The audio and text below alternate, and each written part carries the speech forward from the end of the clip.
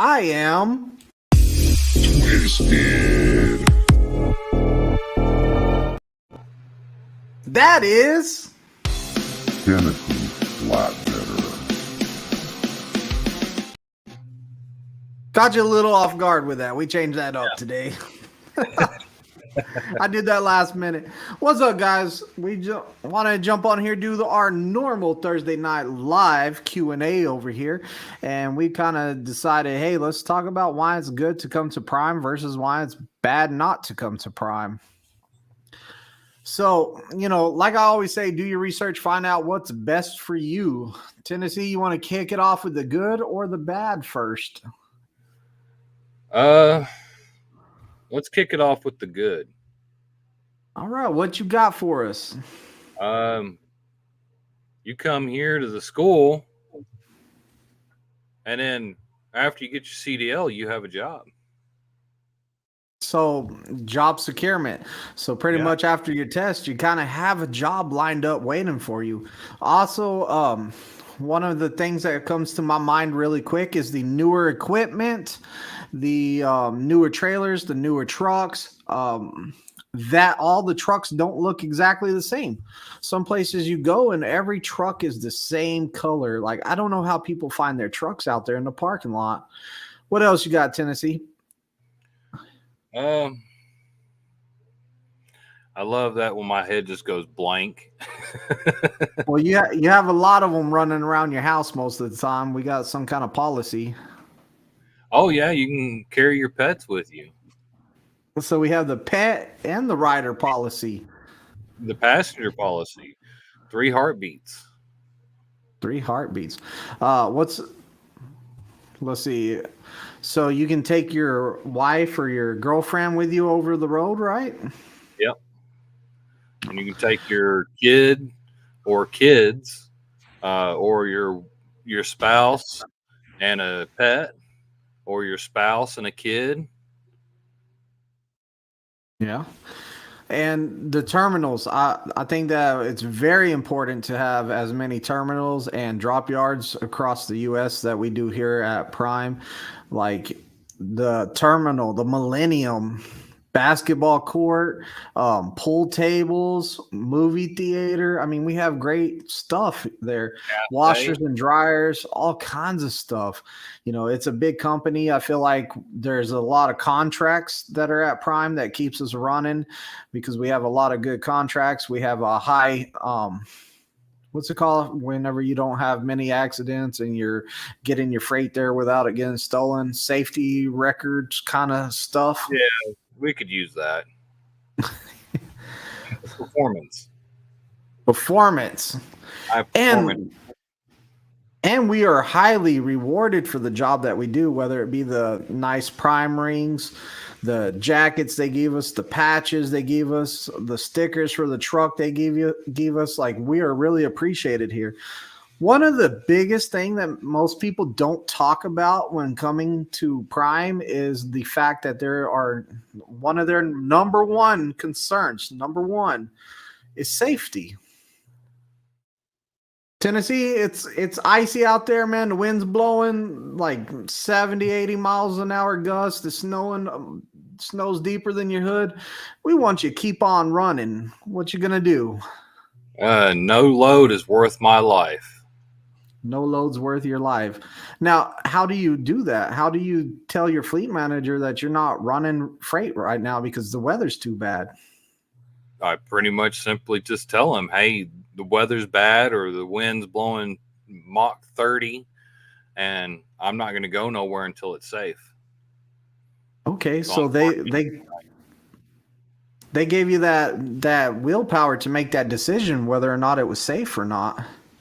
And what if you're just tired because you didn't sleep that great? Like, they going to be okay with you being like, I'm pulling over, I can't stay awake no more behind the wheel? Yep. You can always just tell your fleet manager, hey, I didn't get very good sleep last night, or I didn't get sleep at all. I'm tired. I don't feel safe of driving this truck while I'm tired. I'm going to park it and get some rest, at least 30 minutes to an hour to 2 hours. That way your fleet manager can get a hold of the shipper or receiver and change that appointment time. Were you forced into a company? No. So we I kind of chose- go ahead, bro. I was going to say I chose company. You chose company. So at Prime, you have a choice here. You can either be a company driver, or you can go lease, or you can Mhm. be a owner. Like you can buy a truck and bring here. Like there's plenty of options. I feel like I have more freedom here, and just in trucking in general, just having the ability to, pretty much work for yourself. You get yourself up, all you got to do, make sure that load gets there in time. You don't have people breathing down your neck saying, "Hey, why is that truck not moving? Like, what's going on?" Like, have you ever been called and told, "Hey, why are you not moving?" Night dispatch has, but I know So, I normally don't even respond to them. yeah. Hey, and there's a lot of great things about Prime. I mean, we're just tipping the iceberg. There's a Well, whole lot more, but like that's some of the stuff that comes to mind whenever I'm all like, "Why did I choose Prime?" I think that another reason we have our own CDL school where you come here and it's kind of a one-on-one more training, maybe two students, one trainers kind of deal. So it's more like one-on-one kind of hands-on environment. It's not in a big group of people. How about if Tennessee, did you have a bunch of money to pay for CDL school when you came out here, or were you like me and saying, "Man, I don't got money to pay for a CDL school. I'm going to sign a contract"? I had zero money coming into this. I had the luxury of signing that contract to stay on for a year and not have to worry about paying back a tuition. Good, good, good. And the same here. I was like, man, I might not make my next house payment. I don't know. Like I have some money coming in from still working at the state, time I had built up. I risked it all to come here. I did, and like I trusted the program, and look at us. Look at us, man. We're both doing great. We're from different walks of life. Like Tennessee is my brother, and I couldn't have, meeting him and spending time with him, getting to know him and his family, like we became real close. And if I would have been still at the state of Texas, that wouldn't have ever even happened. Yeah, the other good thing I like the fact is we're not forced to take certain routes. We're allowed to take the route we want to in in moderation. Yeah. If we So do go as a shorter route, then we just tell our dispatcher, "Hey, we're going a shorter route, and that's the reason why," or a longer route because of weather. yeah. So we have more of control with what we do, the way we go and everything. For the most part, they want us to kind of stay on route, but hey, they know, hey, weather's bad. I jumped up from the 80 to the 90 and missed a snowstorm. And then the next day I had to jump down from the 90 back to the 80 because another ice storm was coming. Or if you What watch would the turn you away from coming to Prime?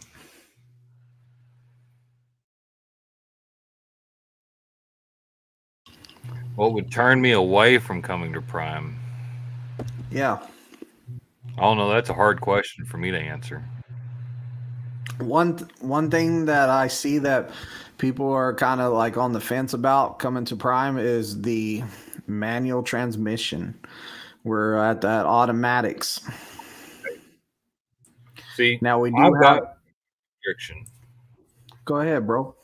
So I have no restriction on mine. I came in before they weeded out the manuals, but that's still an option. Yeah. You can still take the test in a manual transmission. You Yeah, just got to. they still offer classes, and you can take your test in a manual transmission. You would have to get with the training department and tell them, hey, this is the only reason I'll come here is if you do that. That's one of the major things.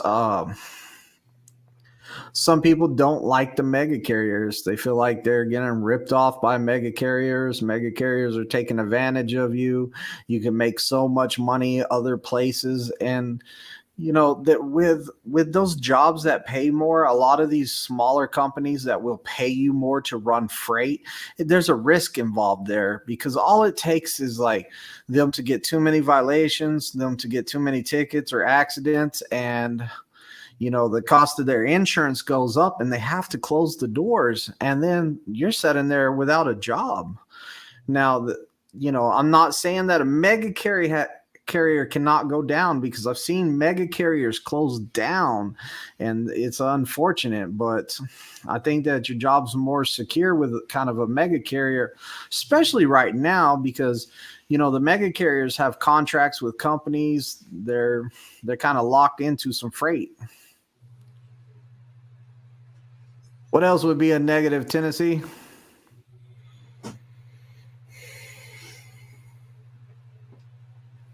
That's Can't where I have a hard time. I can't think of anything that'd be a negative. I'm running through my head on stuff. I was thinking we're not really on.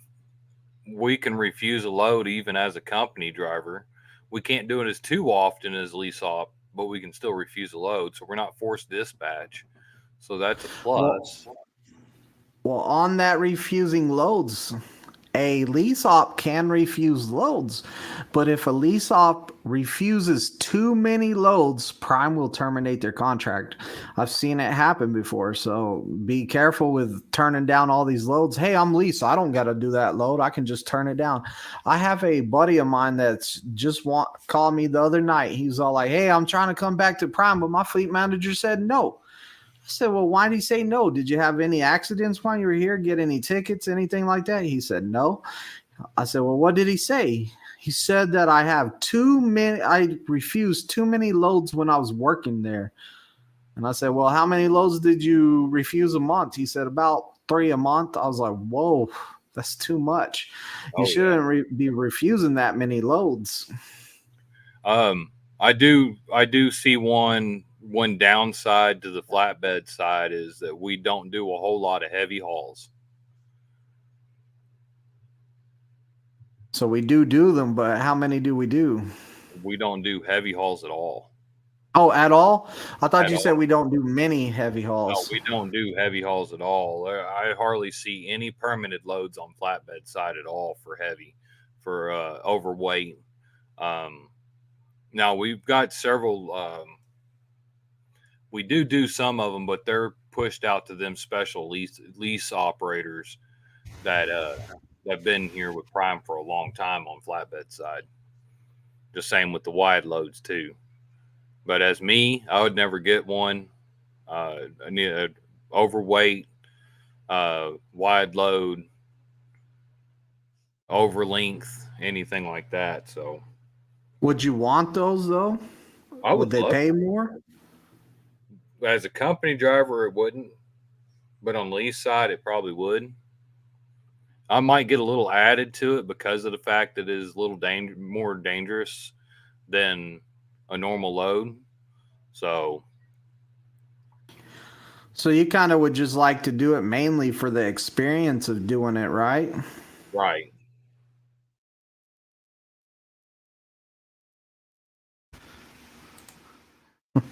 Sam says peg leg prime drivers in the reefer division are heavy haulers. Are heavy haul. I don't think he's talking about the loads though. No, I know. I thought it was funny. What else could be some negatives? I'm trying to think of negatives right now. Like people are usually asking me all kinds of. How about if you? I went blank right there where I was just about to ask it. Oh, at a mega carrier, there's more trucks. We're flooded with trucks. Is there a problem with being able to keep up with freight if you're in certain areas?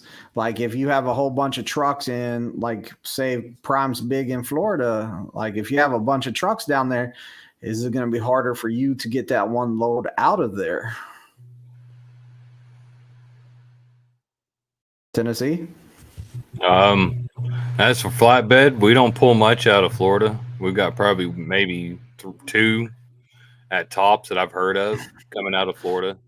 Okay, how about Oklahoma then? Oklahoma, no, we have plenty of shippers coming out of Oklahoma. we So got we got enough shippers to keep the flatbeds moving out of there, even if there was a whole lot of prime flatbeds sitting right there. oh yeah. Good, good, good. So I don't think there's really an issue with that. Like I said, I can't think of too many bad things coming on the prime side of it. Where's all the prime haters at, man? Get in here, prime haters. They're always on my TikTok hating on us. Oh, speed. I'm comfortable with 62. No, but like a lot of It was people nice don't going want to. 65. Yes, it was very nice going 65. But People don't want to do that speed. Downside. That would be a downside. Yeah, that's a bad thing. Speed, not being able to go at least 65 like Elisop. If Hans was here, he would be telling us about that. Oh, look, there he is right there. Speak of the devil. Prime blows. Uncomfortable at 70 to 80. Yeah, if you're in a company truck, 70 to 80 is fine. But if you're in like a lease truck or you're paying for your own fuel, you don't want to be going that fast anyways, because that's going to cost you some money right there. 60 miles per hour slow pokes. Hey, give me my 2 more miles, man. 62. Come on. Sam Hammer down. Greenwich says it's hard talking bad about the company when you're treated you so well over multiple years. Yeah, it is. It's hard just to come up with some negative things about Prime to talk about here. There is so much good about Prime that's not funny. Now, here's another thing that's might be a problem with if you're thinking about coming to Prime is criminal background record or like job history or how long have you had, what's your driving record look like? A lot of that stuff. Does Prime touch everybody? Or hey, they touched me and I have a felony. Well, yeah. But I mean, a lot of people, they have a hard time getting here because of their criminal background and different stuff like that. So you would have to go find a company that will mess with you and help you out with that, because Prime sometimes is a little bit strict on stuff like that. Yeah, I've seen more people have a hard time with the job histories than they do mostly criminal record. Jeff says, is it really a bad thing to take a long into Florida and have to wait a few hours to get a load this time of the year? Hey, Jeff, if you're trying to make that money, man, anytime you're waiting, you're not making money. So if those truck tires are not turning, you're not making money.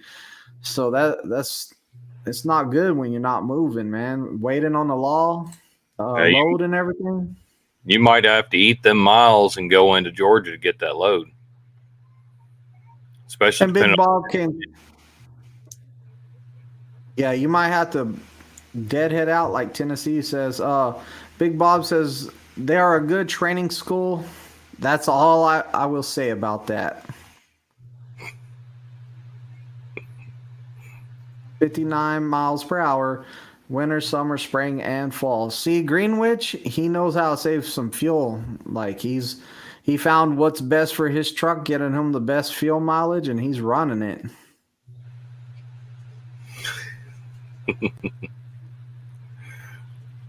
Don Holland, don't miss it all. Tennessee been rehabilitated. What's that about? When I said I had a felony. Oh yeah, man. He's out of the dark side now. He's doing a lot better. Yeah, and just like Jeff says, if you're not turning and burning those wheels, you ain't earning. Like, Right. and that's with all trucking. If you're new to trucking right now and you're not turning, tires are not turning, you're not making money. That's why it's real hard for you to find somebody that's made a video about I made this much money this week. Is because every week's going to be different. You can't give a great average of like, hey, every week you're going to make this much. The one thing you can say is on TNT, you will be not making 900 a week. And that's not bring home. I think TNT students are the only ones that can really say what they're making each week and be accurate because every week they're making that. Mm-hmm.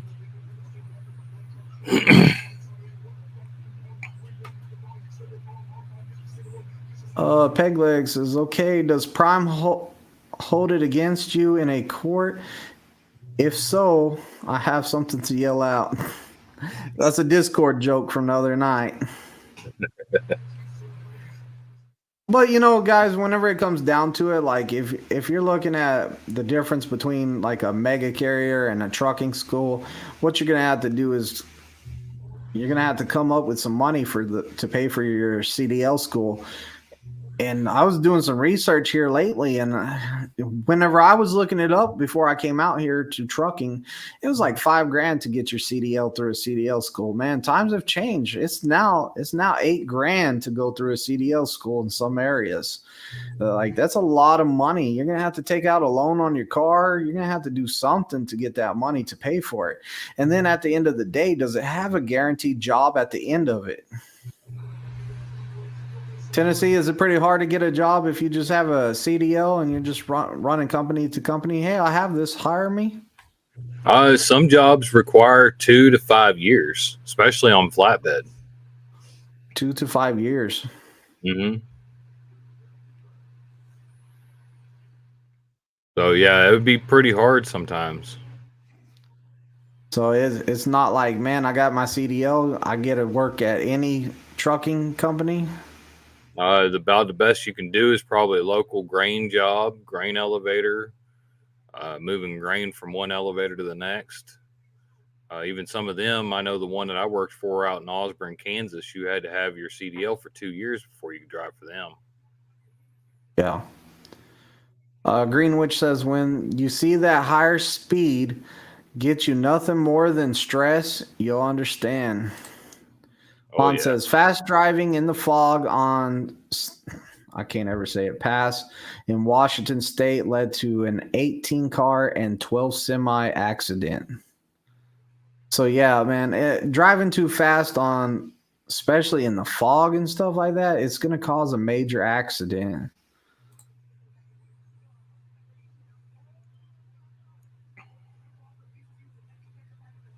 Oh, look at Jeff. Jeff says February the 10th, that school's paid for, so he's counting down the days. Sam says, company drivers, I don't worry about fuel, but I can run 8 miles per gallon in the Volvo doing 68 to 70. Nice. Look at this guy, Volvo Mafia. Company drivers get a fuel bonus, so 62 miles per hour doesn't sound bad, I'm thinking.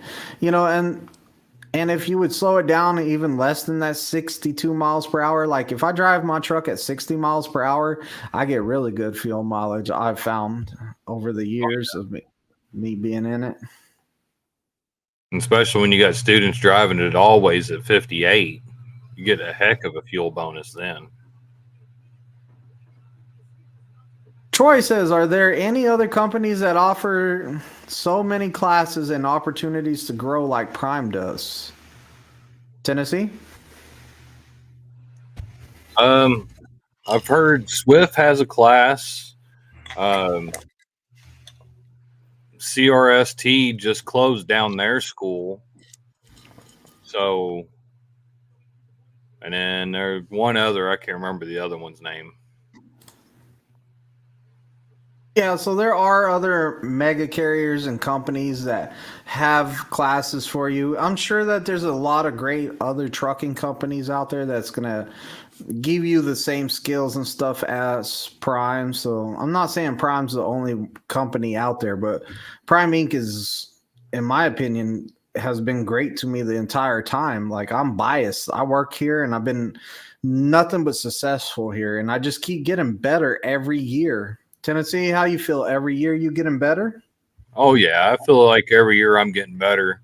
And then back to that, the schools. I think Prime is the only one that gives you free board, free room and Oh, board. They'll make you pay for your rooms while you're there in class. Um, and then at the first week and a half, they give you a meal card. So they pay for your meals for that first week too. yeah. Sean says is a school called Nets near me. They want 12K just to go with a crappy like Western Express. Yeah, I Jeez. would try to stay away from that.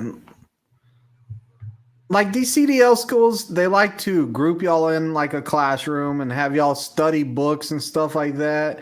You know, there's a lot of book studying, and you're just not getting behind the wheel and getting that experience.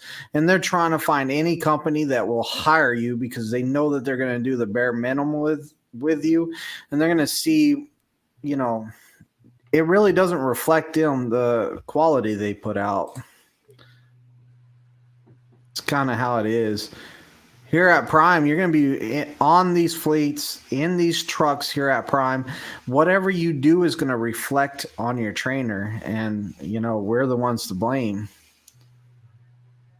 Now, with that being said, we can only lead a horse to water. We can't make it drink. So we can teach you everything there is to being safe. It's up to you to follow that and be safe.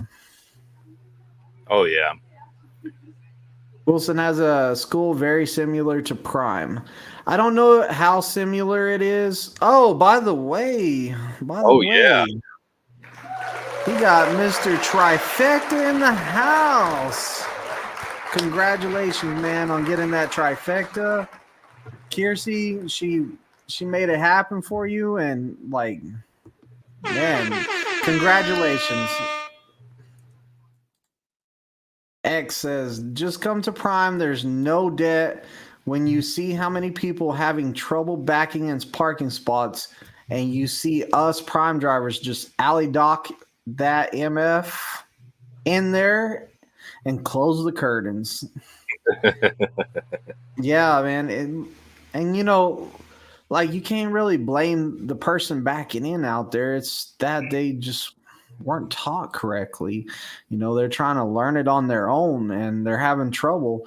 You know, it's best to kind of if they're like being safe with it, like, it doesn't hurt to go help somebody back into a spot. Jeff says the company fuel bonus should be differentiate, however you say it, by the weights carried each week. Oh, so you want a different fuel bonus depending on the weight of the load. Now X put another comment down there. Says I'm flatbed. I should care less about alley docks. I'll get it in there when I get it in there. X, we do have a lot of alley docks that are tighter than the reefers have, where you have 2 inches on both sides of your trailer trying to slip it in that hole. So it's, but I understand getting it in there when you get it in there. Sometimes you got a time crunch and get it in there so the next driver can get in next to you. Isn't that why they put rub rails on there? Because you guys just like use the rub rails to guide you in? So that's a safety failure if you scratch up that rub rail and scratch up that reflective tape down the side. Yeah. You just carry packs of tape with you, right? Good one. That stuff is expensive. Pegleg says research schools as well as companies to drive for. Yeah, Dude, research is the key to trucking, man. You have to educate yourself in this trucking game because I'm telling you what, this trucking game, if you don't know what you're doing out here, it can be nasty and real bad for you. Like, you're going to need to know how to manage clocks. You're going to need to know how to do a lot of stuff. And the more you get knowledge on it, the better you're going to be because it's dirty out here. Like, they expect you to know this stuff. And when you can't manage your clocks right and you're not making those loads there, it's your fault because you didn't know how to manage your clock. You got to learn this stuff. Make sure you do lots of research on everything.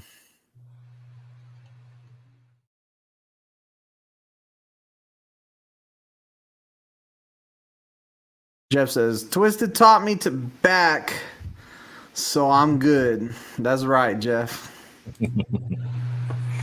Yeah.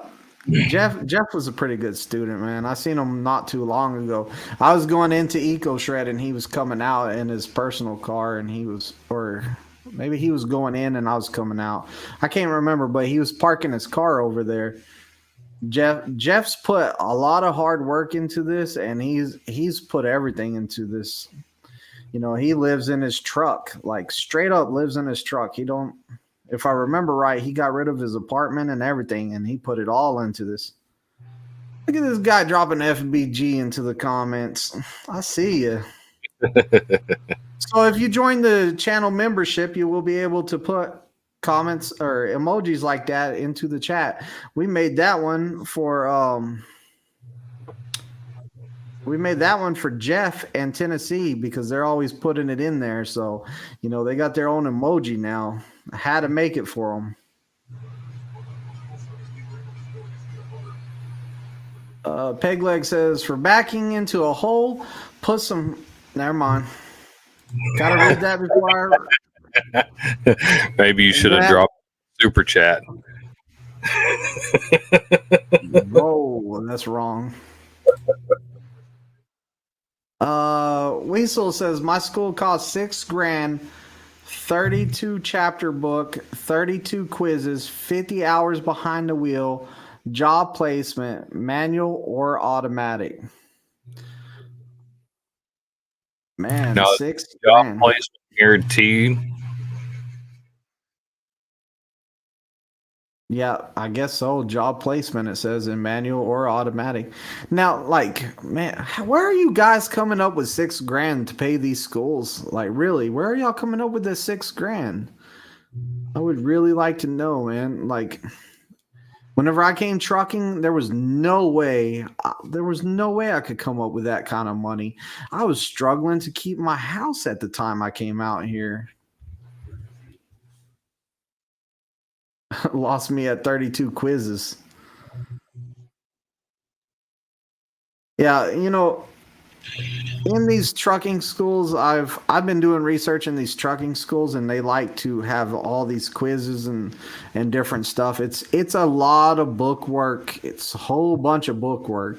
Like you got to take these quizzes on how to drive, these quizzes on signs and stuff before they'll ever even let you get into a truck to drive. And I've even did some research and I saw some CDL schools that just used a simulator for all the driving. And I was like, man, they're using a simulator for all this driving. Yeah, Pegleg says, Twist, I almost got you on that one. Yeah, it's not good. RJ says Virginia paid for his. The VA. VA, Virginia. The VA, the GI Bills. So, you know, that works. If you got the VA like paying for it, yeah, I don't see. Then it's not a problem to pay for it. Look, here's Hans. Hans says, better to pay a school than sign a contract at a mega carrier. Hans, give me some information behind that. Why is it so much better to pay a school that you don't have the money for? Like, why is it better to go take out a loan or, you know, take a lien against the car instead of going to a mega carrier or in signing the contract, because my whole thing is I don't have the money to do it in the first place. You want me to borrow money to pay for a school? Like, to me, that's crazy. That is just nuts. I'm going to have to borrow money to get a CDL that might not even be worth nothing, because you might not have a job for me at the end of it. But you can go sign a year contract at like Prime. You know, you can go sign a contract over there and you can do a year with them. And at the end of the day, your first year of trucking, guys, your first year of trucking, or your first 2 years of it trucking, in my opinion, and this is my opinion, is that's where you're going to get your experience. And that's what you need to land those other jobs, is you need that experience. If you want to land a good job, that first year or two, getting that experience, that's what counts. And I don't care if it's at Prime or where it's at, but getting 2 years of over-the-road experience is where it's at. Tennessee, what you think? Well, I agree with that. And also, if you already have if you have a military, it's not a year, it's 9 months, because they'll allow that grace period because you served our country. Sure. Do you think that it's better to sign one of these contracts as a mega carrier and do a year and end up getting a free CDL? Because, well, it's not really a free CDL. Let me take that back. It's not a free CDL. You gave a year of your life to that company, but what you gained from them is a lot of experience. You're taking more. You gained a lot of experience from them, and you took their money, because guess what? When those wheels are turning, you're getting experience and you're getting paid for it. So, yeah, and after that year, if you don't feel like it's worth it anymore, you can go find somewhere else to work.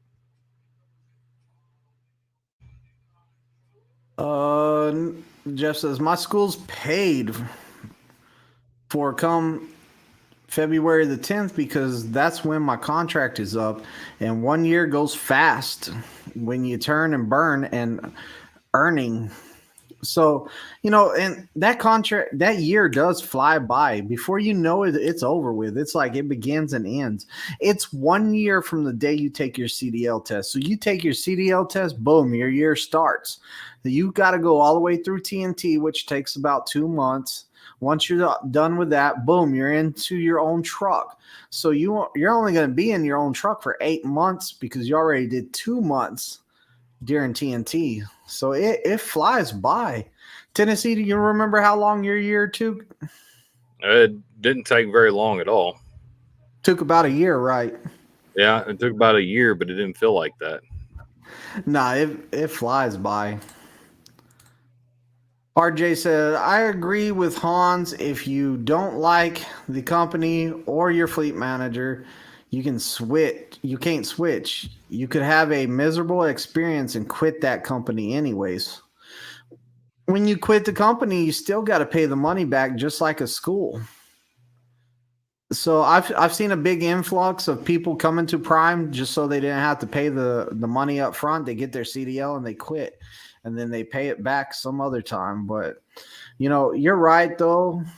I didn't see where Hans put that about the fleet managers and stuff. But yeah, you know, you can switch fleets. Like, you can, just like Jeff says, you can switch fleets. If you and that fleet manager is not getting along and you're not making the money you should, then you can switch the fleets. You can go to the guy over all of your dispatch, like Belinda or Almond. You can go to them. Hey, I'm not making the money I should be making. Me and my fleet manager ain't getting along. Like, they will help you out. They will go through the numbers, crunch the numbers, see if you're getting what you're supposed to get. Talk to both of y'all. You know, you can switch fleet managers. Troy says, invest in a company that will invest in you. Oh, yeah. I like that. Delivering these boats to Fort Myers, Florida in the AM. And you're getting paid. Yeah, don't forget you're getting paid for this stuff. Sketch says, sign the contract, have a guaranteed job when you're done with their school.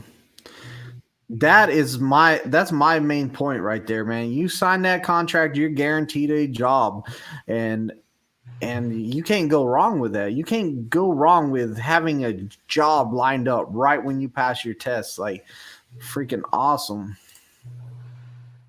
Jeff says, Hans, I disagree with you on the mega carrier statement. I'm leased and I am driven to keep my wheels rolling and make it, in my opinion. Good money OTR. If you aren't driven to drive out here, you will fail. Exactly. You have to keep yourself motivated. You have to keep the wheels turning. You have to be running that freight to make money. What you think, Tennessee? I totally agree on that. X said, thought the year starts once you get your own truck. I believe the year starts when you get your CDL. Yep. Your CDL is your hire date. Your CDL is your hire date.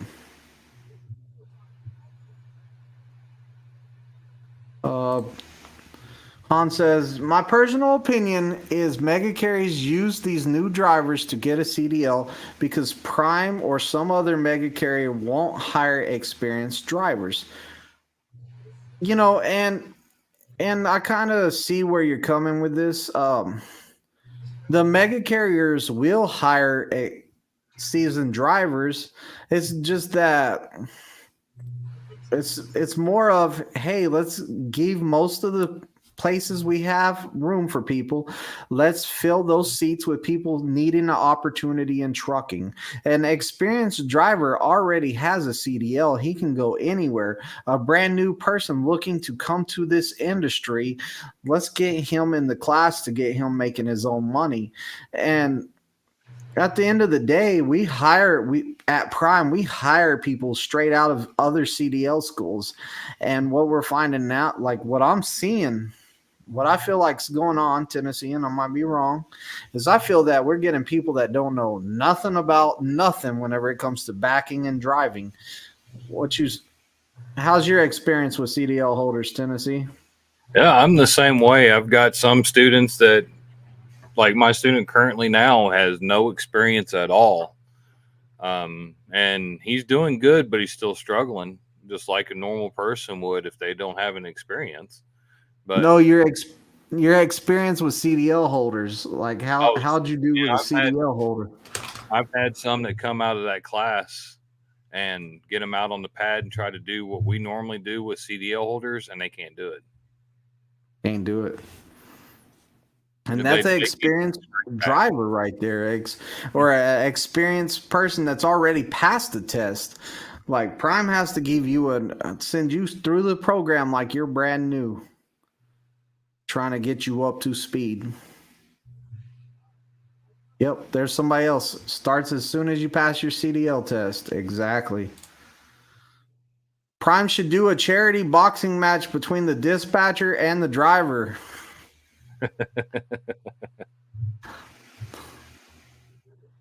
That means the trucks aren't moving, man. Greenwich says, Hans, that is false. We had over 20 years of experience before coming to Prime. So Greenwich had over 20 years of experience before he came to Prime. And they hired him, Hans. Hans says, there's a difference between lease, wannabe operators, and a company driver. Example, lease can turn down loads. Hey, now, I can turn down a load too. Yeah, we can turn down loads, but what you're going to find out is that a lot of people think that they go lease. And this just happened to one of my students. He was leased, so he figured he just turned down any load he didn't feel like doing. He had about 2 to 3 loads turned down a month. And then he left Prime.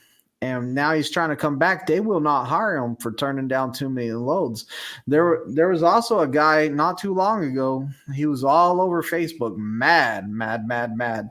They terminated his contract because they said he was turning down too many loads. You don't want to be that guy that's Like your fleet manager's not going to be happy. Sales is not going to be happy. No one's going to be happy if you're just turning down loads because you don't want to go to certain areas or they don't pay enough, whatever the case may be.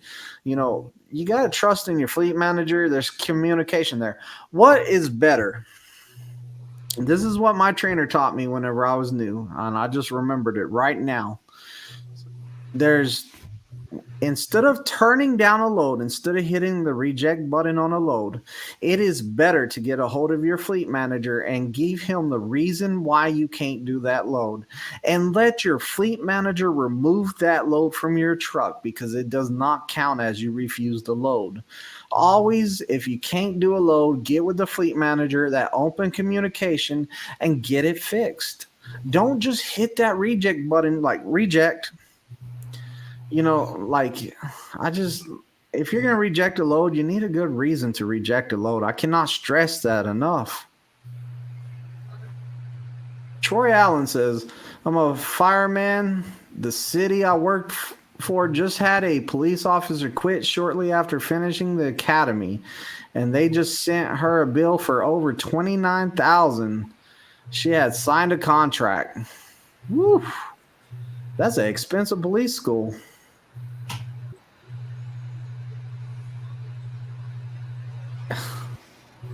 Yeah, look, Hans, he's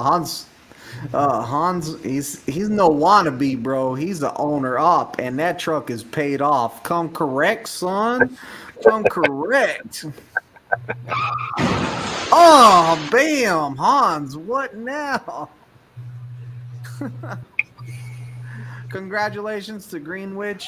Yes. Greenwich has paid off the truck, and he is now the owner of his truck, and he has the title and everything. Congratulations, man. Russell says, read an article that the nation's truck drivers turnover rate is 89%.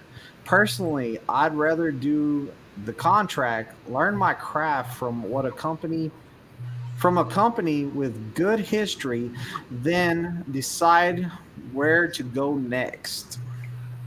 I totally agree with that, Russ. That is awesome, Russell. I'm glad you shared that with us, man. Like, that's a big turnover rate is 89%. That's a lot of turnover. And exactly right, man. We if you stick with it, man, you stick with it and you're willing to run, then Prime is for you. Like, make your money. Sometimes even I see so many people leave Prime and come back because the grass ain't greener on the other side. I've seen so many people leave Prime and Prime not allow them to come back because, you know, they weren't that great at running the truck here.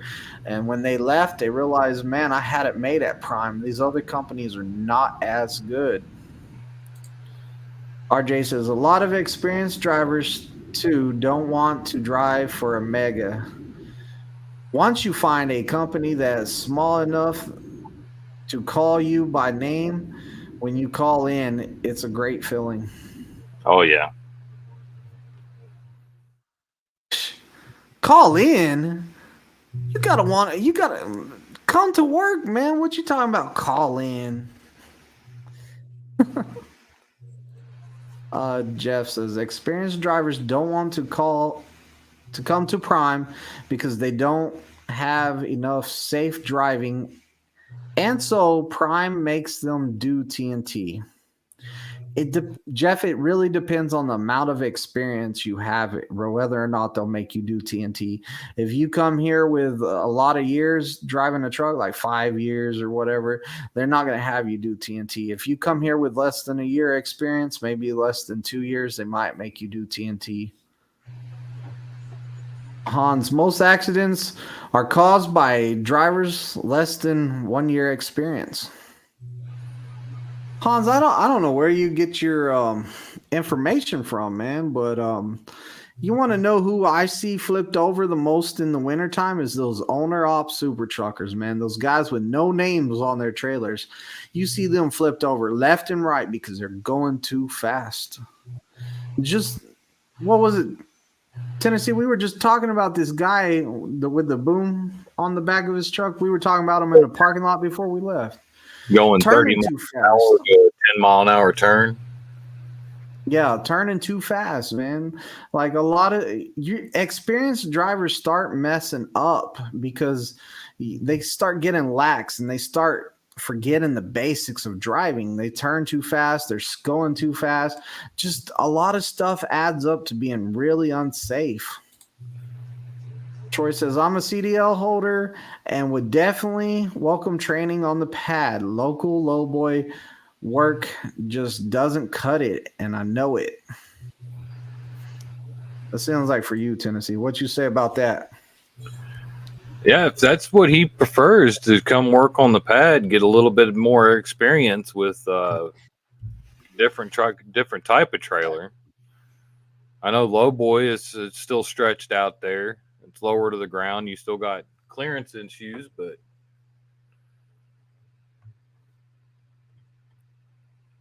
Shoot, that wouldn't work on that Prime E slot, man, with all those potholes that used to be out there.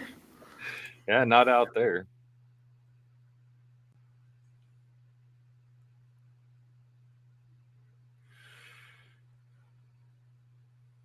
Jeff says, from the lease side, that's all I know. It is important to communicate with your fleet manager from the start. He wants to make money, so he wants to make you money, so he makes money. There we go. Right. Your fleet manager gets paid more if you get paid more. That's how it works, and I think that is great. Finally, we got the name change. Slow Poke. I don't know what the TNT is. Slow Poke. What's up, Thursday night junkies? On my 30 in Cheyenne. Dude, is that what we're going to start calling everybody in Thursday night? The Thursday night junkies?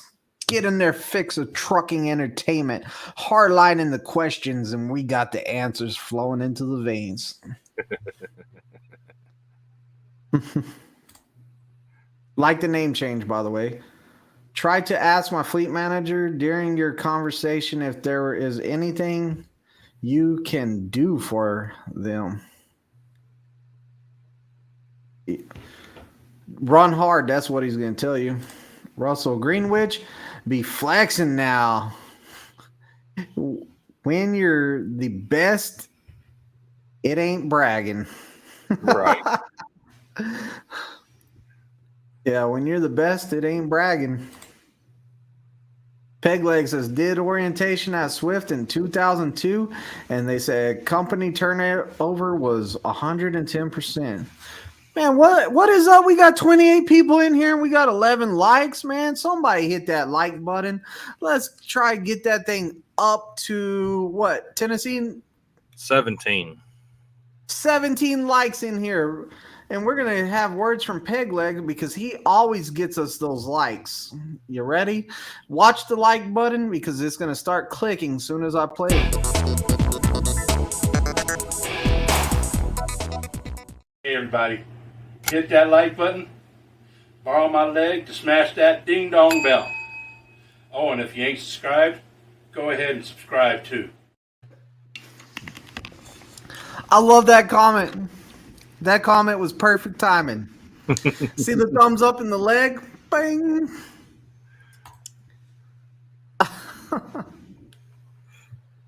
Man. Well, Pegleg, you got us 2 more likes, so that works. RJ says, in the military, complacency kills. Never get complacent in anything you do. And that was the same way in corrections. If you were complacent, you were going to be lax on something and somebody was going to get hurt. And, I believe in complacency. You don't want to be complacent because somebody's going to get hurt.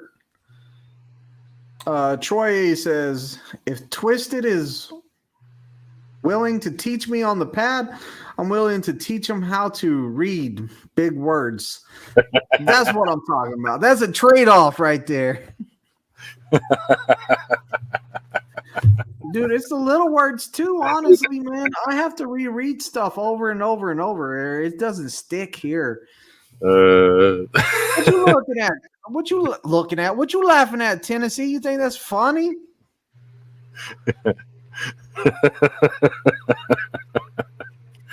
Oh, that was a good one, Troy. I'm just glad you didn't Don't come out. laugh. That ain't funny, bro. That's not funny. Hey, I can laugh because I struggle the same way.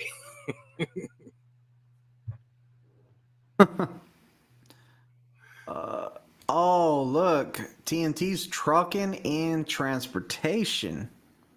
Okay. I like that. Russell says a lot of opinions in here. Must be full of truckers. Yeah. Yep, full of truckers, man. That's what we do this for, man. Questions and answers. Hans says, "Well, I'm at home, so time to party." Well, Hans, enjoy yourself, man. You hardly ever go home, man. Have a good time. Drive it forward. You got a test tomorrow, Tennessee? Usually Nope. you always test tomorrow. Nope, I don't have a test tomorrow. My guy that got won't be able to test until next week. I have a test coming up on Sunday, so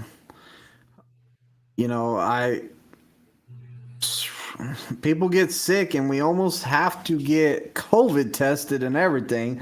Luckily they started putting it in StreamYards. Did you see that? Yep, I did. Boom. Please apply this to some new glasses or get a visit to the orthodontist so you can read what is actually said. Maybe, you know what? Maybe it usually does pop up that color, but that is the first time I think we ever been down the chat so far. One actually popped up on here before you told me. Yep. Maybe that's what happened. Captain John says, "Good evening, everyone." Jeff says, "Some of us are overeducated. That's all, Big D." Tennessee, I found you a word to read.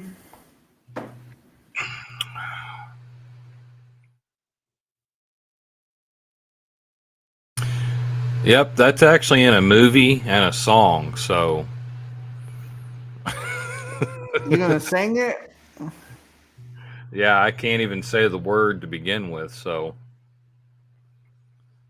Man, you know he Googled that and copied and pasted that. I'm glad people think he's fun. Look at all these people laughing, man. No reading. Y'all quit picking on the guys that can't read and the guy that can't English most of the time. Yeah, I Winglish. Get it right. I can't do it, so I wing it. Hey, that's why we drive trucks, man. We can't read and we can't figure out all that stuff out. Hey, don't forget, we're doing the giveaway at 3,000 subscribers. The red hats. Tennessee, what you think of the hats? You've been over here and seen them in person. Oh yeah, that thing is nice. It's mint. Is it a nice red color? Oh yeah. I like it way more than the green ones. Like I'm really fond of that green one though. Yeah, the green ones were nice, but I'm really, really liking these red ones.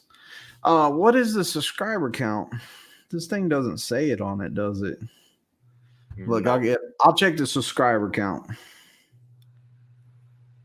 Let's see if Tennessee's good with math. Nope. 2,983 from 3,000. Go.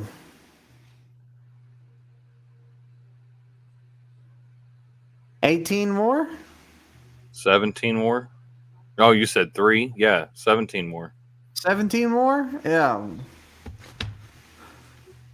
So we're getting there, guys. We are getting there. That hat giveaway will be coming. We will be giving away hats, and we're giving away 3 hats in stream, giving away on Discord. If you're not in that Discord, you might want to get in that Discord. And then we're giving away one. I'm giving away one on the channel membership. If you see the little join button down there, the join button will take you straight to the members portion of this. And if you join the members, then you'll be entered into that last drawing for that last hat. So make sure you check that stuff out, and it's good stuff. What is he saying? 1700, 170? 17. Oh, look, they're beating us on the math is what's happening. Here you go, Tennessee. Answer that.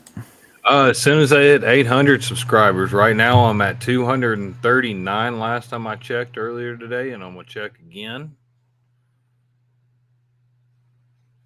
Yep, still at 239.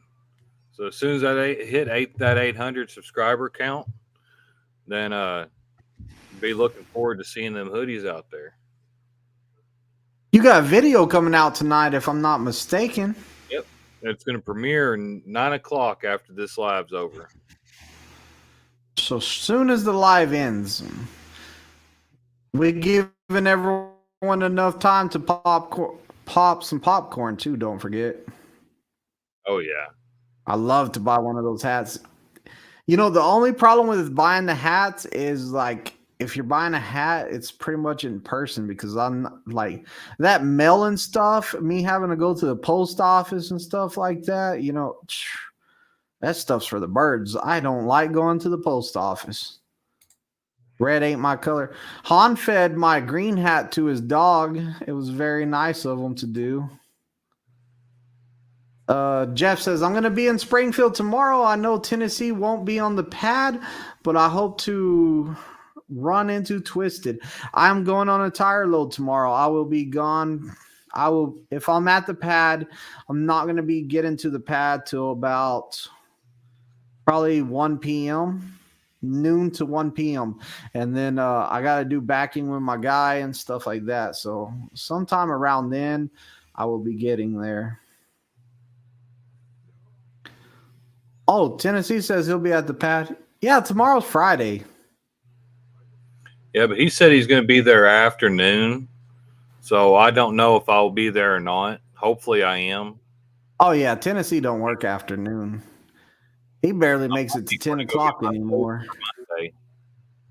He gets tired, guys. He's getting that age where we got to go easy on him. He got to get his old man nap in the afternoons. Good evening, gentlemen and ladies from Barry.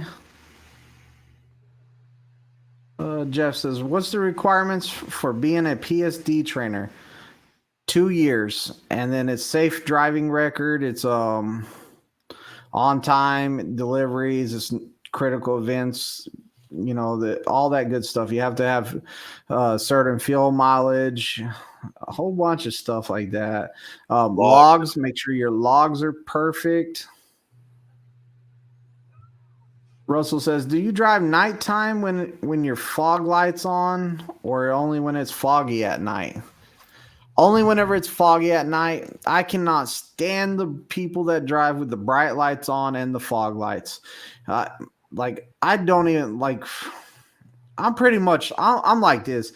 If you need your bright lights on and your fog lights driving at night, you might as well just pull over. You can't see nothing anyways. In my opinion, you really don't need those. Tennessee, you use your fog lights at night? My other truck, I called them my deer spotters, because they shine the side of the road so I can see the deer. But this new truck, with the automatics on, you can't turn on your fog lights until you turn your headlights all the way on. Then you can turn your fog lights on. How about brights? My brights are automatics. What? So they come on when I need them, and when a car comes towards me, they turn back to dim. On your truck? Yep. Yeah, I've got auto headlight, auto brights, auto headlights, and auto windshield wipers on my truck. Auto brights? Yep. I learned something new today, guys. How do you turn it on auto brights? So you turn on your high beams, and it's auto brights. They'll shut off on their own when a car light or street lights come up. Are you for reals? Yeah. So you push the windshield wiper switch down and just leave it down. Yep. Did not know that. Mine's the same way. Yours is a 2020, right? Or 2021? Yeah. It's a 21. I don't know if they did your year that way. I know the 22s did. Wait a minute, Justin's is a 22 or 21, and his that has auto brights. Never heard of it. You have to look at mine. I don't drive at night with I'm not doing the bright thing, driving with the brights on. So I think Troy's wanting us to read that one. Troy Allen, down towards the very bottom. Troy says TNT stands for Twisted and Tennessee. That's what we should call our Thursday night lives. Come join us on TNT, Twisted in Tennessee. Brings down the house. Oh yeah. This is my face. I am Caden. On. I respect you, Twisted. Don't pay people no mind about reading. You are fine, and you have the goods. Very informative. You guys are live. Thank you. See, somebody else cares about us, man. Y'all guys picking on us. We're gonna have somebody got our back at least. How do you turn off fog lights? Freightliner 2021. Mine, you pull out the switch and the fog lights come on, and then you push it in and the fog lights turn off. Yeah, that's the same way with mine, but with the auto, when you have it on auto headlights, you can't pull out the knob. Really? You can only pull out the knob when it's all the way on, and then you can pull out the knob. Man, I'm about to go try some stuff in the morning. I'm telling you, I'm trying some stuff in the morning. I'm learning a lot on lot on this live right now.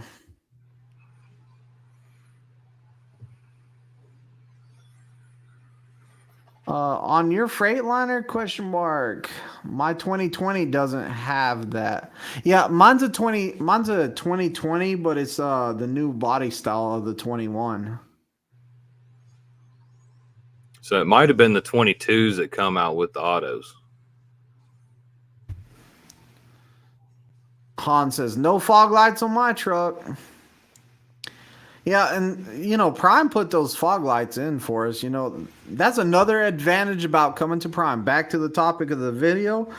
Another good thing about coming to Prime is that the trucks have more technology into them. Right way gauges. Trailers have right way gauges. We have the fog lights, like the APUs, like that's a big thing coming to Prime is having the APU. I hear about back how it used to be for truckers where they didn't have no APU, and if it was hot outside, you just opened up the window, slept naked. When you sweated enough to fill up your eyelids, you kind of woke up and then you had to dump all that like bad stuff. Russell says, with today's technology, why can't a shipper send you your bills of lading directly to your phone? Would it save a lot of time and paperwork? They're working. Russell, go ahead, Tennessee. I was going to say they're working on that, getting that part of it. my big problem with it, would be, you would have to save it to your phone, because what if could you imagine getting pulled over and you can't pop up your bills because you're in a place with no signal, and the cops are all like, the DOT officer's like, I need to see your bills of lading.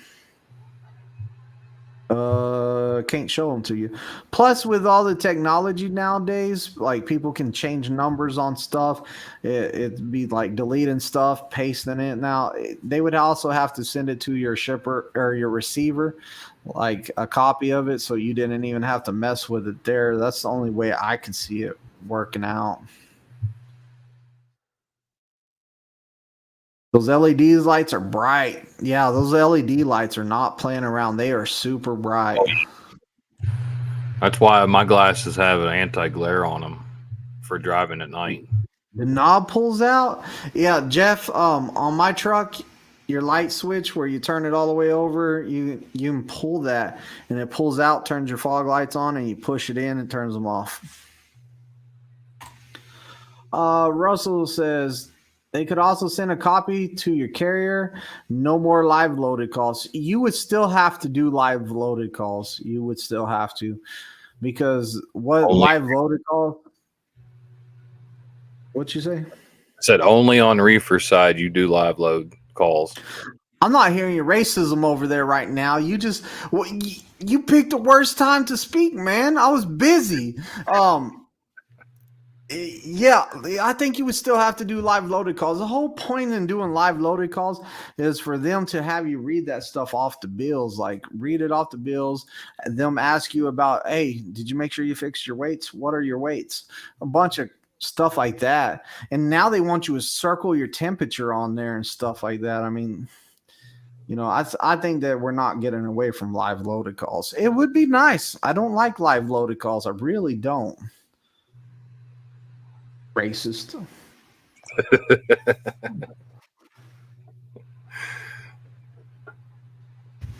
What? Tennessee, you have Eddie Bauer option in your truck? You got the Eddie Bauer? You got a high package in your truck? Tennessee, do you get paid extra when you have to tarp? Yes, we do. We get paid extra when we tarp, and then we get paid extra for each stop we make too. How about per chain? No. How about per tarp? Do you get paid for each tarp you put on it, or is it just one tarping fee? Just one lump sum. Okay. Is it the same every shipper and receiver, that one lump sum? For a company, it is. And then if we split that load with somebody else, say we took that load to the yard or met up with somebody, they're going to repower it. We split that payment with them. So I would get half, he would get half. That's not fair, because you tarped it, then you have to untarp it once you drop it on the yard. Then they're going to tarp it and untarp it once they get it there. Like, that's not fair. Now you know the other bad side of it. But like I said, we do get paid extra for untarping and retarping at shippers or at the receivers. Have you ever been anywhere where like you pulled in there and they're all like, "Hey, you got to unload your trailer"? Nope. There's the forklift or Nope. the freaking tractor. Yeah, no, we don't have to touch our freight other than pulling our securement and our tarps off of it. But you never got anywhere that they were all like, "Oh, there was a mix-up. You were supposed to unload this, but now we're gonna have to unload it." No. No. Asking for a friend. Calm down. Jeff says, here's a minor bad for prime company drivers. No compensation for all those hours wasted at truck washes. Yeah. Truck wash is just something you got to deal with, man. Like, I can't stand truck wash lines. I got a leaf blower, and I jump in there and I leaf blow my trailer out most of the times, unless I have something with a bad odor or blood or like meat or something in there. Most of the time, like General Mills cereal, whatever, dry goods, stuff like that. Pop Tarts or whatever, man. I just blow all that stuff to the back of the trailer. I put it in the pile, throw it in the trash can, and be done with it. It's a lot faster, saves me a lot of time. But when I have to go to the washout, we can't stand going to the washout. Sleeping naked in the truck is more comfortable. Too much information. Too much information. Don't try that with a student. You sound like you talk from experience. Nope. I wouldn't try that. I would not try that with a student either. No, I had a student tell me one time, and he was all like, "Hey, I sleep naked." I said, "Not on this truck, you don't."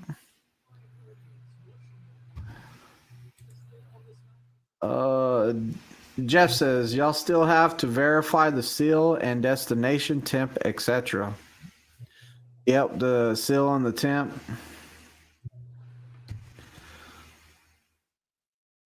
Will Prime ever go to some ELDs?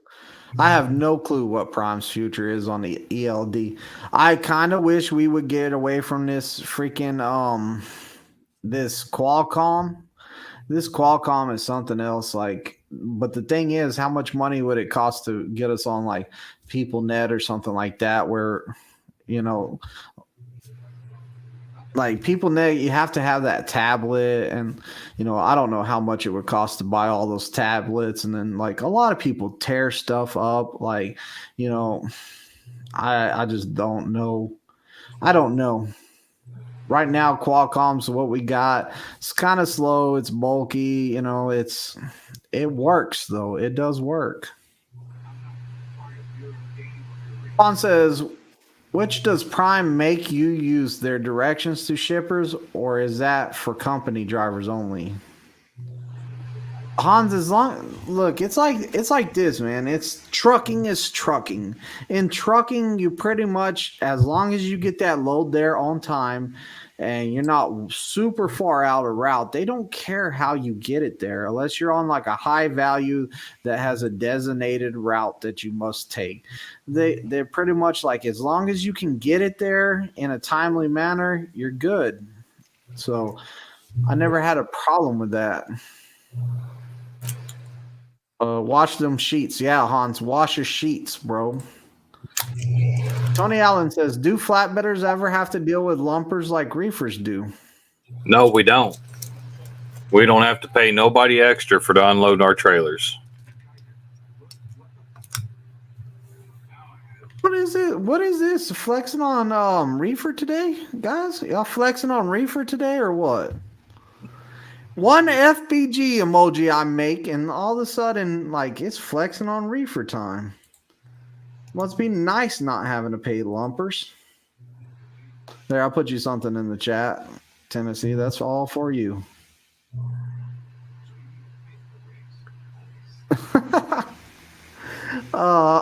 Greenwich says, Hans, I can use any route I want. I do use their last mile directions.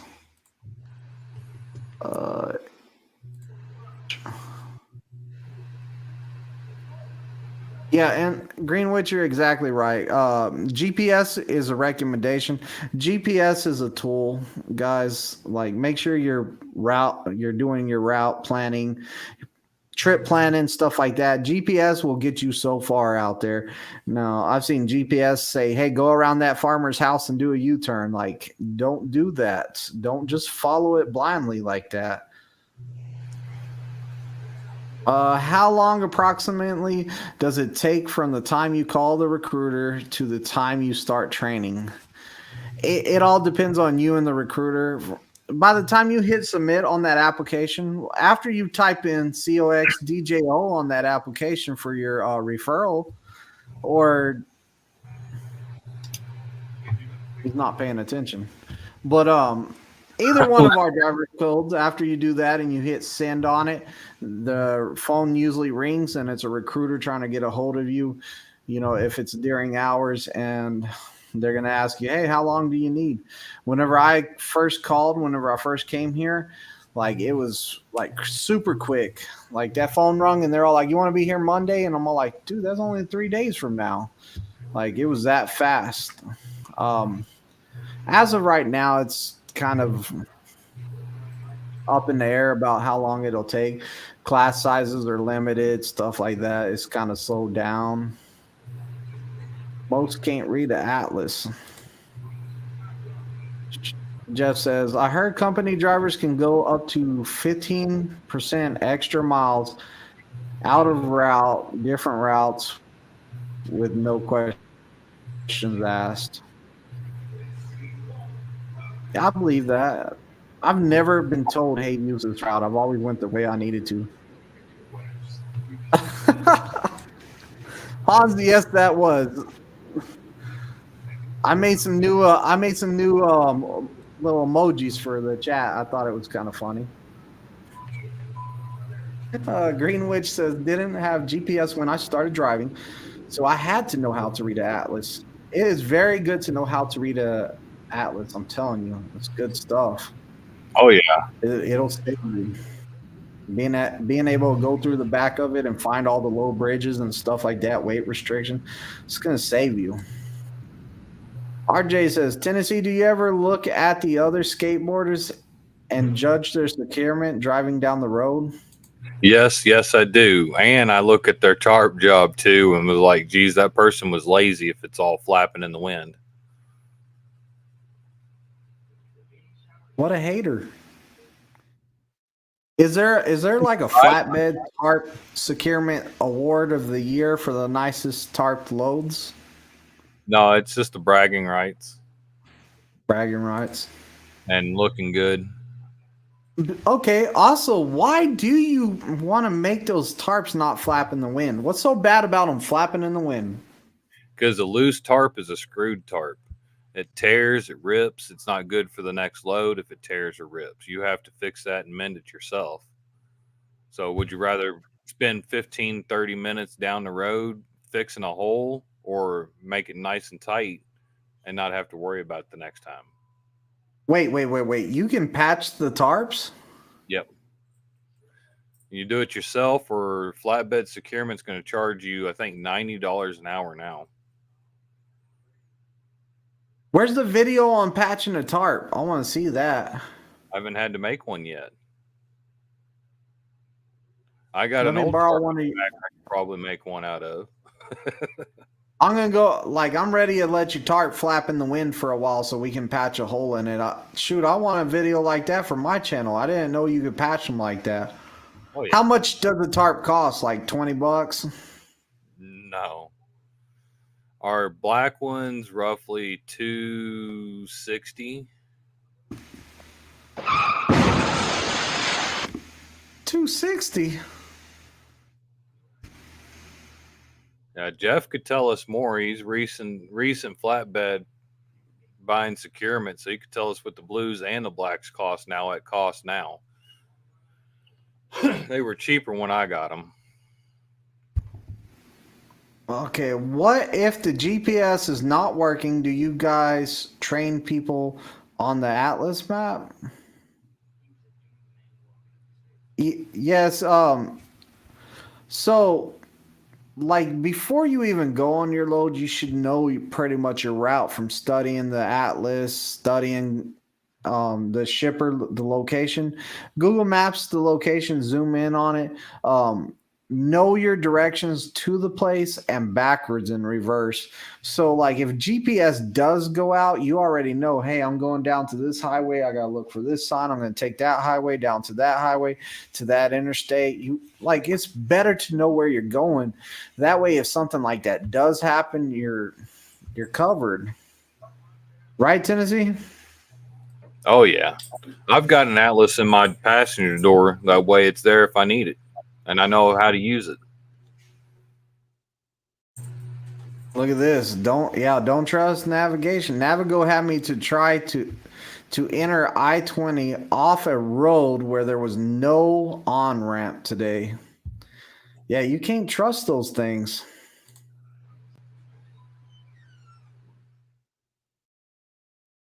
Have you ever been hit by another truck, and what was that experience like?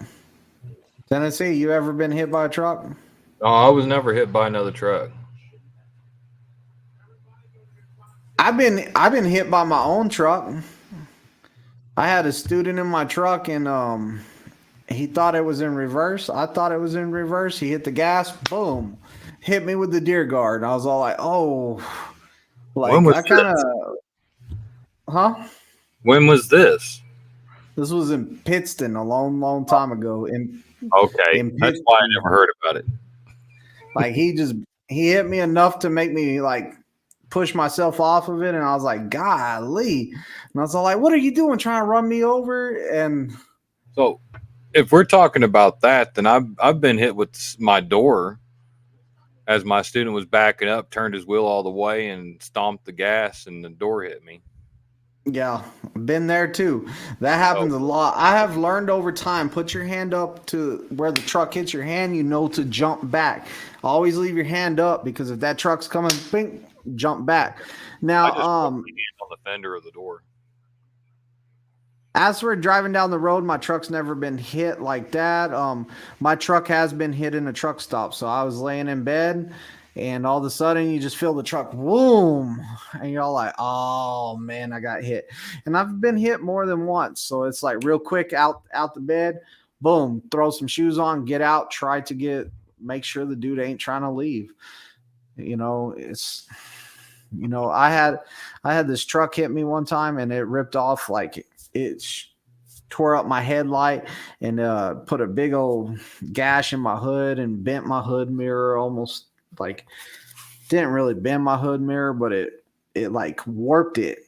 And my hood mirror on my passenger side was all messed up, because my student, I said, park wherever you want, man. And he just parked in the middle of all these empty spots while somebody went through there to do a U-turn and hit us. And it was a student, and he jumped out. He was all scared. I was like, hey, dude, calm down. I said, calm down. He's all like, no, man, I'm new to trucking. I'm all like, calm down. This stuff happens. Learn from your mistakes, man. Learn from your mistakes. You got to be watching those mirrors more. And, stuff happens. But it's a big jolt in the truck, like shaking around, like, what just happened, man? I just got hit. Our skateboarder's good at wrapping Christmas presents. I am. That's good to know. You're wrapping all my Christmas presents. $15 a present.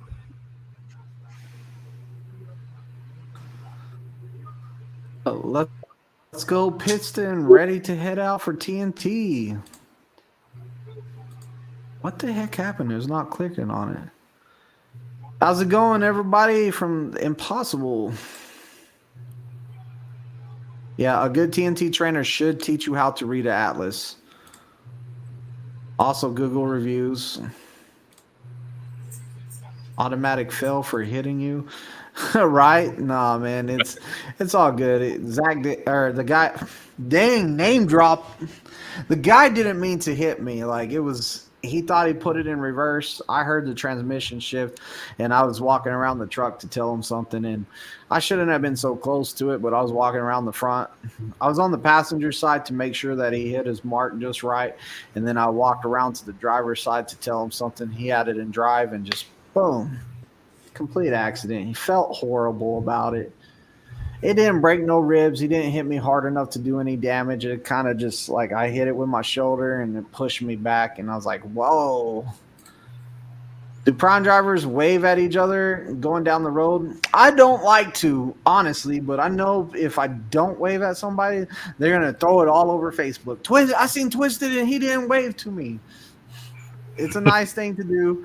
Like, I like the little piece or the nod. Now, like, I'm getting so tired of people complaining about prime drivers not waving to each other. I'm like this, like, Thomas. Hey, that's a normal sign out there on the pad. But driving down the road, I'll wave it every now and then. I'll wave at a flatbedder.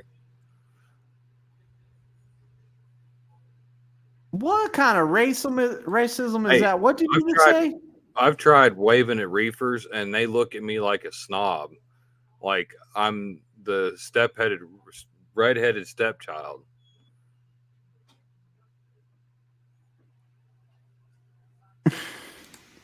I'm not hearing that. That was some racism, though. I'll wave at the flatbedders. I ain't waving at no more of you flatbedders. How about that, Hey, if man? I I'm going to see a drive reefer into the driver, pads. I'm not waving at you tomorrow. I will not wave at you tomorrow. I will. You come up to my truck to set in it like you usually do in the mornings. I'm locking the door. I'm going to click. You stand out there in the cold tomorrow morning. hey, if I see a reefer driver wave, I'll wave back.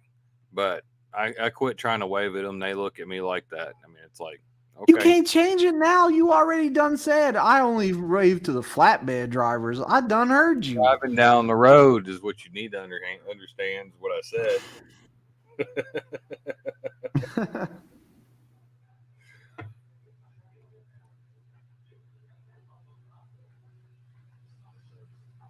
Where was I at? Oh, there we go. Han says, had my truck hit at a truck stop and the guy ripped off my mirror and took off. Thank God I had a camera. Yeah, and that's what you need to do is make sure y'all have cameras too. Like cameras are gonna be your friends in situations like that. My camera's not working. I wish it was, but it's not working. It broke a while back and I just never got a new one. Armstrong truck lines, 50K miles here we come. Twisted in Tennessee. I'll look for y'all next week when I'm in Springfield for a sleep study. Okay. Awesome, man. Be safe out there, Armstrong. You know, those 50,000 miles, they're going to fly by just like your first year. Before you know it, it'll be over with. And just remember, man, when you have to wake up your trainer to help you, your TNT trainer to help you, he's going to be cranky because he's not getting much sleep. You got to understand that. I didn't understand that with mine, and I just didn't like my trainer because of it. But after I did some TNTs, I realized that, man, he's just cranky because he ain't getting no sleep. RJ says, I used to drive for a mega carrier right outside of the terminal. 95% of the drivers wouldn't even acknowledge each other. My current company, I've had a 45-minute CB conversation. Yep. You know, at Prime, we're pretty good on that family kind of thing going on. Like, you'll have drivers that will talk to you and talk to you and talk to you. You'll have other drivers come up to you in the parking lot. Hey, I drive for Prime too. What's going on, buddy? You Oh know, yeah, just like, outside the truck, we talk to each other. yeah, for sure. Russell says, we all know if you have a light out on your truck or trailer, it's a DOT violation. But how much of your reflector tape gone down the side of your trailer has to be missing before it's a violation? Tennessee? I don't know the percentage on that, but I know it is a violation if you're not showing. Is it how much percentage do you think needs to be down the side of the trailer? That number I've never heard yet, so I don't know the correct answer to that. That is a freaking good question, though. It just depends what kind of mood your DOT officer's in. Because I've had trailers that had, like, you know, one piece of tape down the whole side. It had one piece of tape the whole entire side. And then I've also had those trailers that had it ever so often. So that's a good question. I don't have an answer for that one. Hey, if anybody knows the answer to that question, drop it in the comments because I really don't have an answer to that. I mean, without cheating and going Google, I wonder if Google has an answer for that.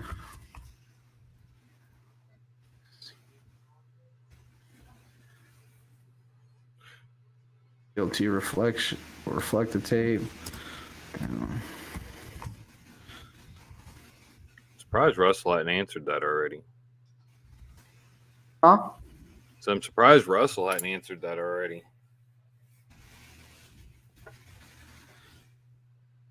Because I asked him and enlighten us on it.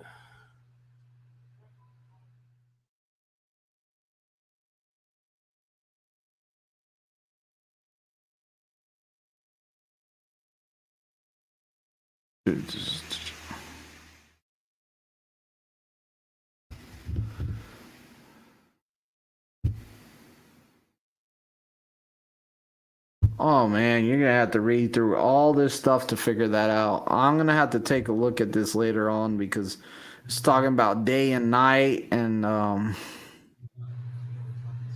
it's talking about a whole bunch of stuff on there. So I'm gonna have to look that up later on. Well, Hans kind of put his own poll up there. What? Said Hans kind of put his own poll up on there. What are you talking about? Cameras looking at the driver, yay or nay?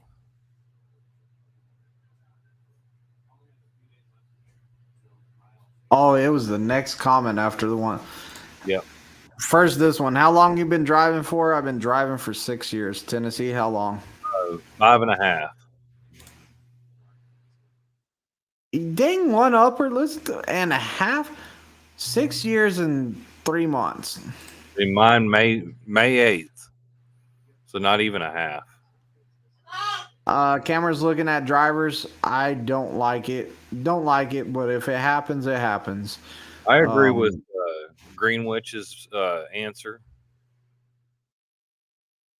No driver facing cameras unless the driver has multiple unsafe driving complaints in a short period. Mm-hmm. You know, I would say completely against it, period. But my whole reasoning, the only reason I'm starting to change my mind is I'm seeing too many people on cell phones driving down the road. The cell phone thing is out of control. People are watching movies on them, watching TV shows. You know, it is horrible. So I'm beginning to go with the yay just to make it safer for when me and my family's on the road. Yeah, I've seen a driver driving down the road with his laptop sitting on his steering wheel. What is this? Somebody's address? Nowhere, USA. River drivers dress professional. Flatbedders dress like slobs. Really, Hans?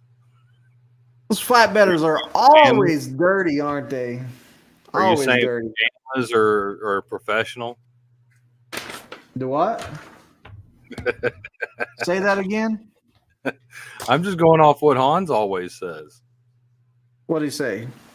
Pajamas? Pajamas? What about pajamas? Most reefer drivers, that's what they're wearing. Oh, is that right? That's what he always says. Dude, And I then wear a he jersey, puts in a man. comment like that. I saw that Wilson raised their pay to $900 a week for new drivers. I didn't know that. Did you know that? No, I didn't know that. I had a conversation with somebody on my other phone the other day. We were texting back and forth about Wilson, and you know, they were all like Wilson or Prime, and I was like, you know what, it's pretty much the same company at the end of the day. I mean, like, they help each other out. Like, you know, Rob Lowe, aka Prime Inc., and I just forgot his name. The guy that runs it, Wilson over there. They're like good friends, so they're helping each other. Like, they're gonna help each other out at the end of the day. But whether it comes from like working for Wilson or Prime, it's pretty much one and the same. Like, pick the one that you want to work for. Like, do more research on it, find out which one you want to work for. Wilson's recently grown a lot real rapidly, and what I was kind of stressing is that with it growing so fast, and then the loads starting to slow down, how bad is that going to affect them? Because they just spent a lot of money putting in that new pad, building that new terminal. How much does that affect them?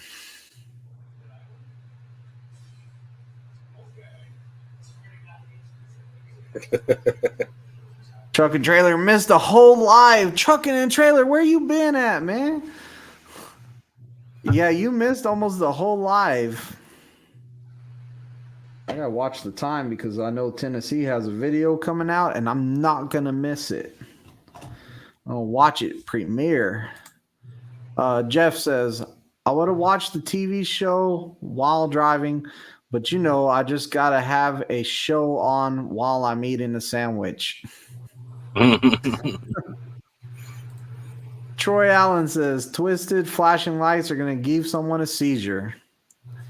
Really that bad? Well, flashing lights is a myth on giving people seizures. Oh yeah, we found out by an ambulance driver at a concert, didn't we? Yep. That ambulance driver was rude. That ambulance driver was so rude.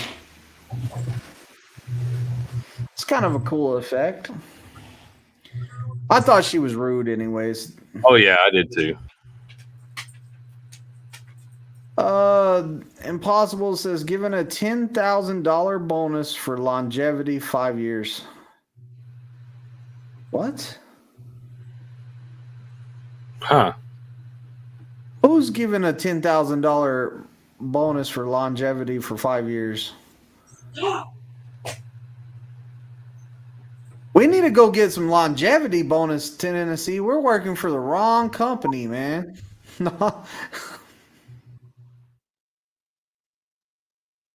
Russell says at least 50% has to be covered on side of the trailer of reflected tape. So at least 50%. Russell read through all that stuff.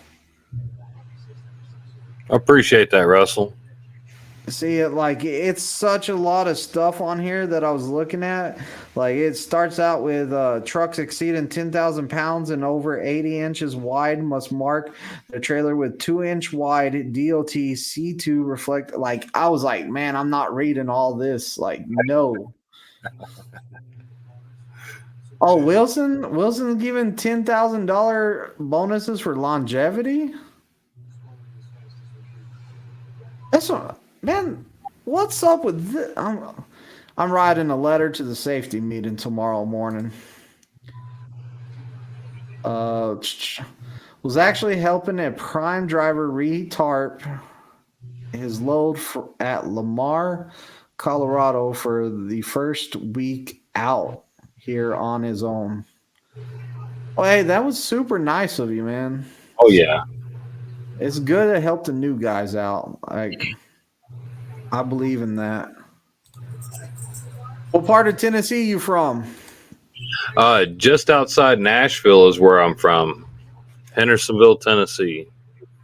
Or H Vegas is what we called it. Or Cashville.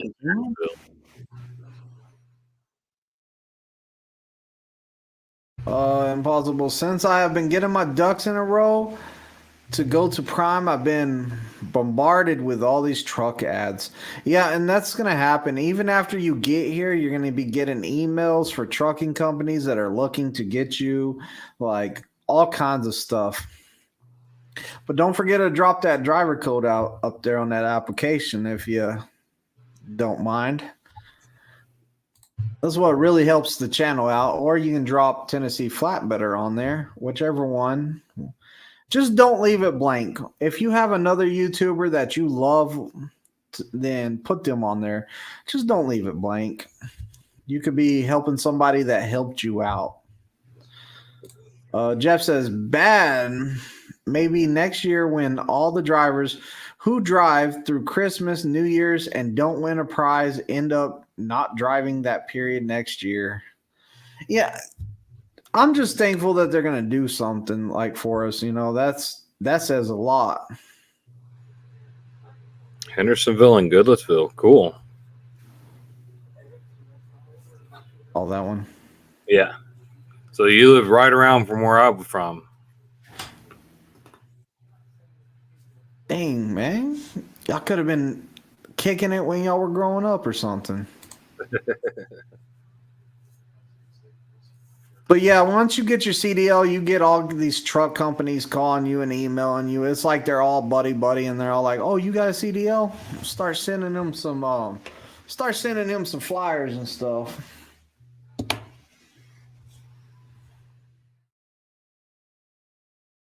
time is it? How many minutes to your live or your premiere? So we got some time still. Oh yeah. I was just making sure it wasn't about that time. You know me, once I get to talking, and it always happens right whenever I'm trying to end this because somebody needs it ended, I just get this extra win and boom, start talking, and then we just mess everything up.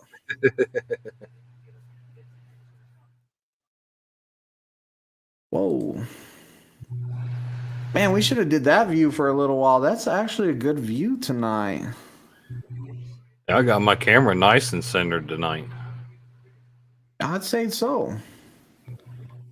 So what do you think about the freight slowing down in Tennessee? You hearing anything on flatbed side? Like, is it picking up? Is it staying about the same? What's going on out there? It's just a little bit slower than normal, is what I see on flatbed side. Yeah, see, I hear some people on reefer side saying that it's getting worse, and I hear some people saying it's already getting better. So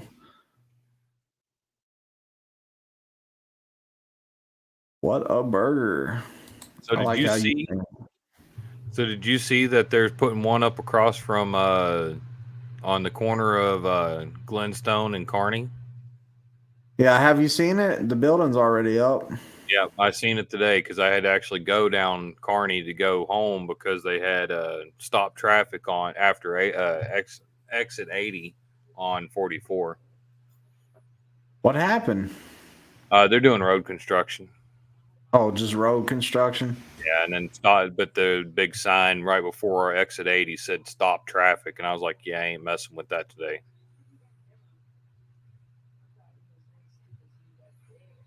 Yeah, I don't blame you. I was about to go home the other way today whenever Jason was all like, oh, there was a wreck on 65. I was like, well, I might as well go the other way. Jeff says still have steady flatbed work, so flatbed hasn't slowed down. People still work in the winter on that stuff? Oh yeah. Look at Hans McDonald's better. Man, you ain't I ain't trying to hear that. Trucking and Trailer has a question for Tennessee. Oh, you were not going to read it? Tennessee, quick question. This new driver said that certain kinds of lumpers Prime don't want you to use to strap. Certain kinds of lumber Prime don't want you to use strap protectors. He had cedar and couldn't use strap protectors. Normally, our lumber, we don't use edge protectors. We use them on. I normally don't put edge protectors on any of our lumber. It's not really required. What is an edge protector? Can't use it, but I've never used it. What is an edge protector? Edge protector is a metal or a plastic piece of pipe that sits over the edge of the load before your strap goes over it. So don't cut your strap, and it protects the load from a strap wear or an indentation from your strap. So like drywall, how it's nice and soft, if you over tighten that strap, it's going to tear through that drywall. But if you put an edge protector, which gives you a wider base of protection on it, it evens out that weight a little bit further. It protects that from your strap being kinking it or crimpling it or scratching or squishing it. That's what I was trying to say. And then there's some loads that we have that require 8-foot edge protectors, or V boards is what you also can hear them called. So without the edge protector, it doesn't damage like that top board where the strap's rubbing it, or like where it has all that pressure? No, normally not wood. And anyways, it's timbers or anything like that, anything that's going to be used for construction, it's going to get its wears and tears coming off that delivery truck that brings it to you, because they just slide it right off the bed of their truck. They normally don't even have a crane or a forklift pick it off of you at the job site.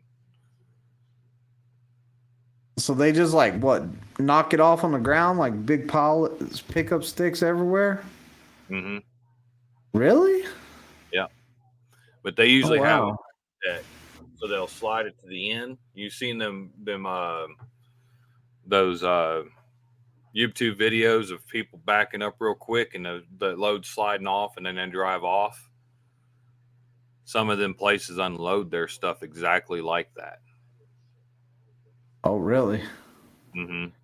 Could you imagine telling your fleet manager, what'd you get a hard brake for? Well, I had to go in reverse really fast and slam on the brakes so all that wood would fly off.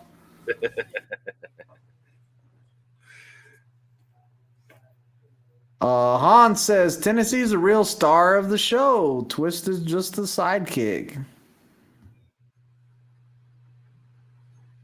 Hans, are you drunk?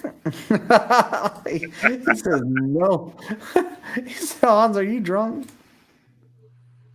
Tennessee, if you squish drywall, does it cut your thumb? Not drywall. What's up, Nick? How's it going, man?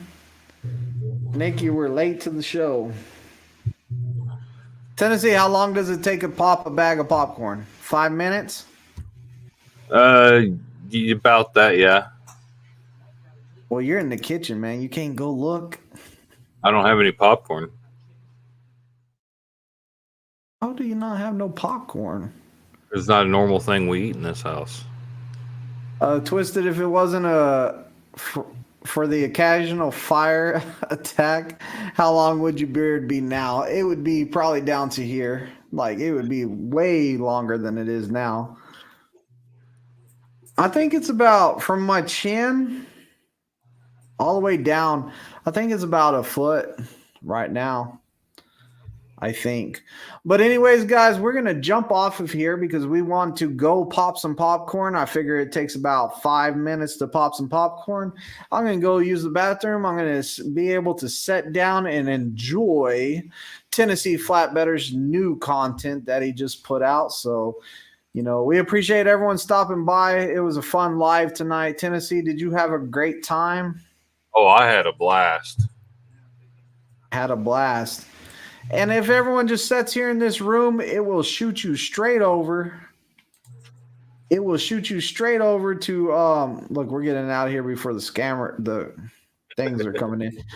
But it will shoot you straight over into Tennessee Flatbedder's video. So y'all just hang tight and you will end up over there anyways. Again, thanks for everyone stopping by. It was a great time and we are